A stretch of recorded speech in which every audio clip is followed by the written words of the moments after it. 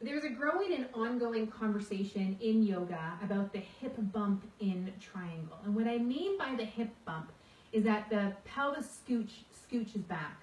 And what you'll see when this happens is you'll see that there's a shift between the rib cage and the pelvis to make that happen. It's something that I like to call a break between the pelvis and the rib cage. And that break can actually create all sorts of issues in your QL, your lumbar, your thoracic, your cervical spine. It can create issues all the way up through your shoulders and down your arms, your SI joints, your knee, your foot. It can create a whole mass of poor coordinating patterns. So when I'm exploring triangle with someone, there's two things I'm very, very conscientious of being sure of. The first one is the setup. And when they move that front leg into rotation, that they're actually moving the leg into rotation. So the leg bone is moving in the hip socket, right? So I'm not instructing anything about the foot, although the foot is moving, the foot's moving because of what's going on at the hip. And then when I drop that foot, I'm not dropping my pelvis with it.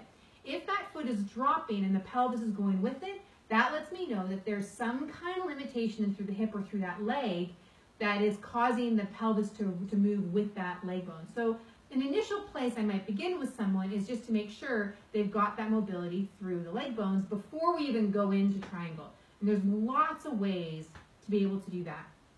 Once the foundation is there, then we get to explore the actual movement into triangle. Now remember, look at the bump. The bump was this, right? A side bend is this.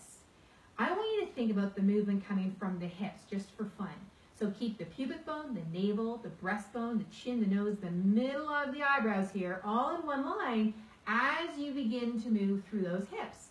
Now, it could be likely that you don't go very far and that you feel you want a hip bump, but really just play and explore and see what you've got available. Keep your hands between your ribs and your pelvis and see if you can really focus on the pelvis to the leg bone, that hip joint, being the generator or the driver of that movement and not the side bend, not the head, not the ribs.